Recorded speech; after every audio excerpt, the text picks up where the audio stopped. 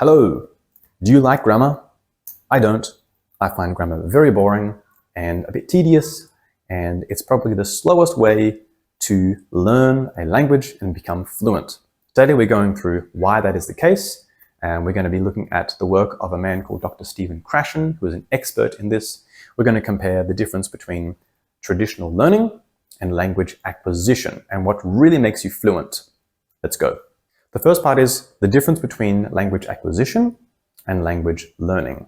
So learning is the way that we've done it in school. We've gone and we've attended the classes, we've done our worksheets, we've memorized words, we've drilled sentences, we've filled in the blanks. These things are not bad in and of themselves, but it's not the fastest way to become fluent. A lot of the time it just stays in our mind. It doesn't become part of who we are. When you're speaking your native language, you don't stop to think about which tense you're going to use and which verb you're going to use.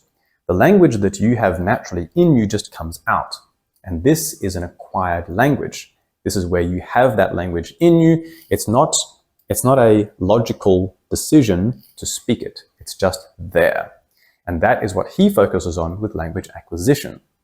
Language acquisition is rather learning through contexts, learning through real-life examples, learning in ways that your body can actually remember and then use from that point onwards. And according to Dr. Krashen, it is this acquisition of language that makes us truly fluent. You've probably got some friends and they learned a language by watching movies and playing video games.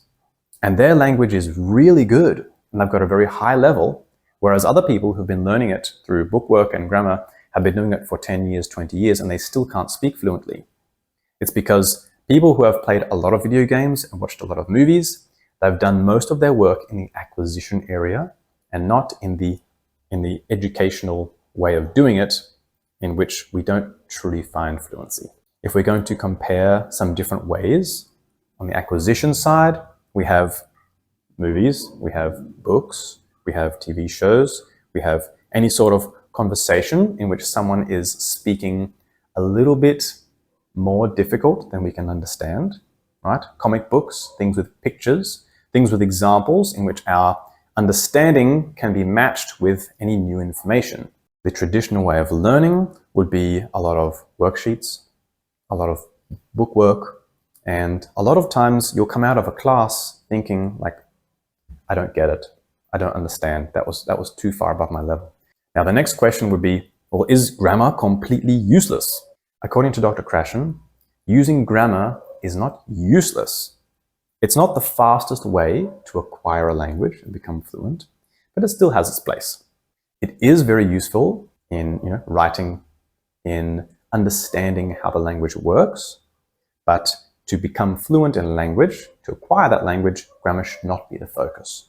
True fluency comes through understanding the message, not knowing how to use the correct type of grammar.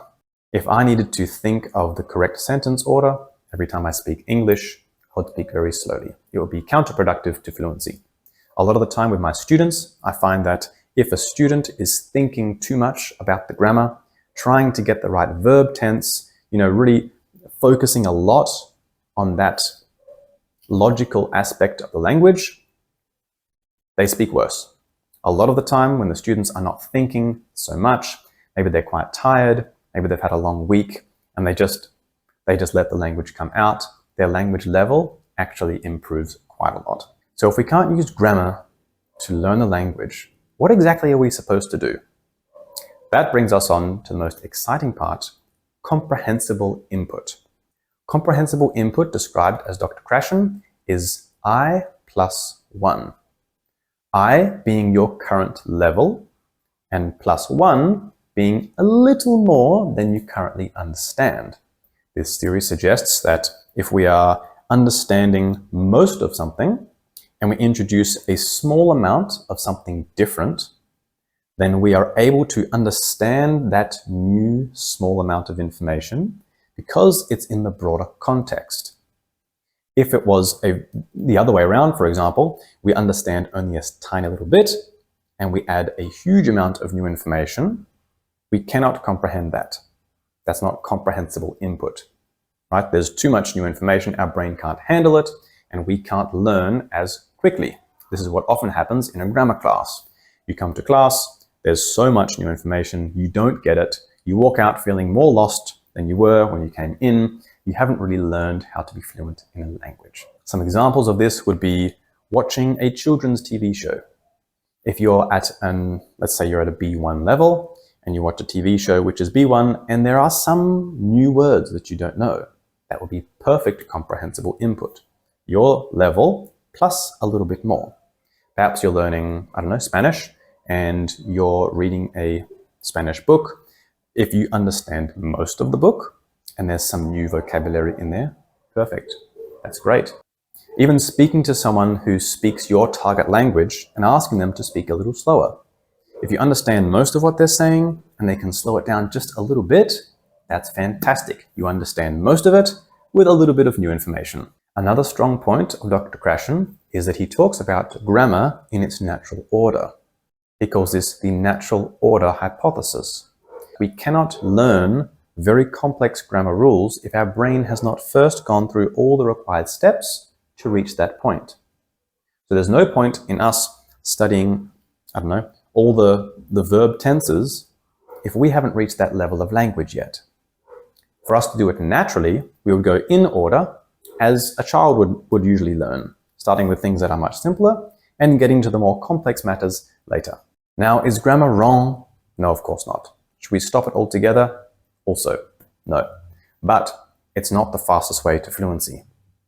If you want to become fluent in a language, you need to focus on other things. You focus on acquisition, not on traditional learning styles. When children learn a language, they always acquire the language first. They hear it, they see it, they observe it, and they're always learning. Later, when they go to school, that's when they learn the grammar, and they're native speakers. The grammar is good, but it's not vital for becoming fluent in the language.